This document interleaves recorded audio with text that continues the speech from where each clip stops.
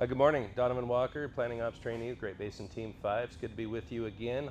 Today is Tuesday, September 17th, and this is going to be the last operational briefing I'll be giving you, and you'll be having my counterpart, who I'm transitioning with today from Great Basin Team 2, will be with you starting tomorrow morning. So let's get with it and talk about some accomplishments that we saw yesterday before the rain hit. First and foremost, I want to start up in the Deadwood Reservoir area.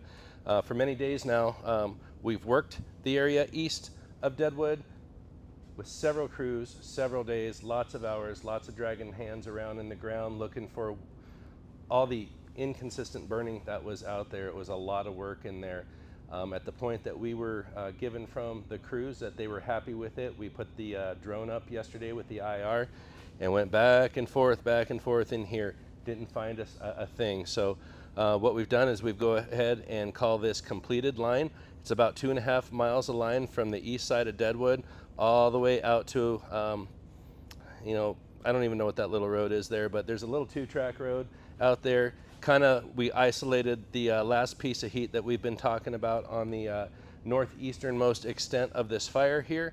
We're going to leave that in a patrol status for now and look at that some more after the rains have subsided and we can get back in there. I can tell you crews have been working that for about a week now on that corner. I know it's secure. They still probably want to ensure those mop-up standards are met and trees aren't going to fall across roads, those kinds of things where they have those lines in. So that's going to be on hold for a little bit until it dries out. As honestly with a lot of things on the fire today. Yesterday evening, in a pretty short amount of time, I would say just several hours, anywhere between 1/4 and 3/4 of an inch of rain. When the rain comes out of thunderstorms, it tends to come heavy in places and not so heavy in others. Today, we're just going to have showers all day. It's the backside of the system, if you will, and it's more consistent rain. But we know we have problems on the Triple Nickel with debris flow. That happened the last time we had rain, and we had pretty significant rain down in this area last night. We had an additional slide that happened yesterday evening, about halfway up the west side of the Bulldog Fire. One of the big drainages coming right about where on the map, it's right about where the division break is on the map here, but not exactly sure on the creek name. The slide's about 75 yards wide by 100 yards long. It's big, and it's going to continue to happen, and it's going to take a lot of cleaning up. So we're out there assessing that this morning because our spike camp up at Silver is populated. We have to get food to them every day. We have to get our supervision in and out of there.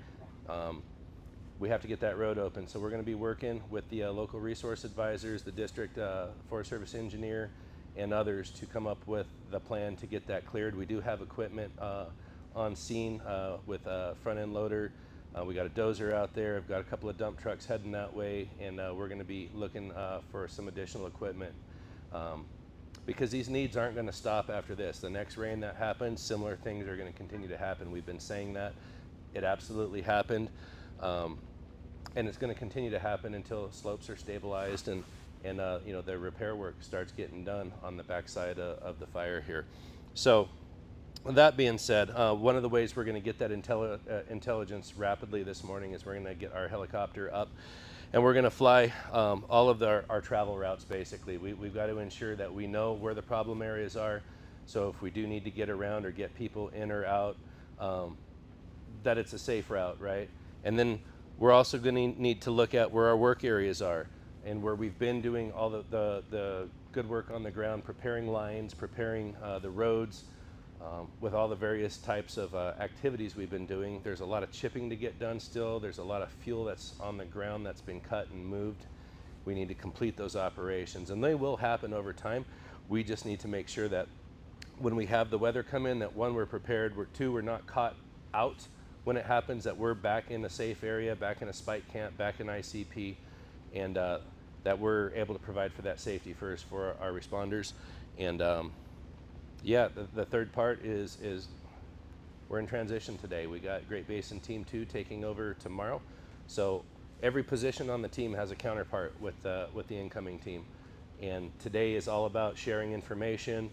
I need my counterpart to know what I know. So it's a big download, a big data dump, if you will, that happens. They need to go to the field, see the stuff on the ground, so it's seamless. When they take the fire tomorrow, the plan that we have today is similar to what they're going to be working on tomorrow. And yeah, they'll probably change some things as they see things into the future and conditions change.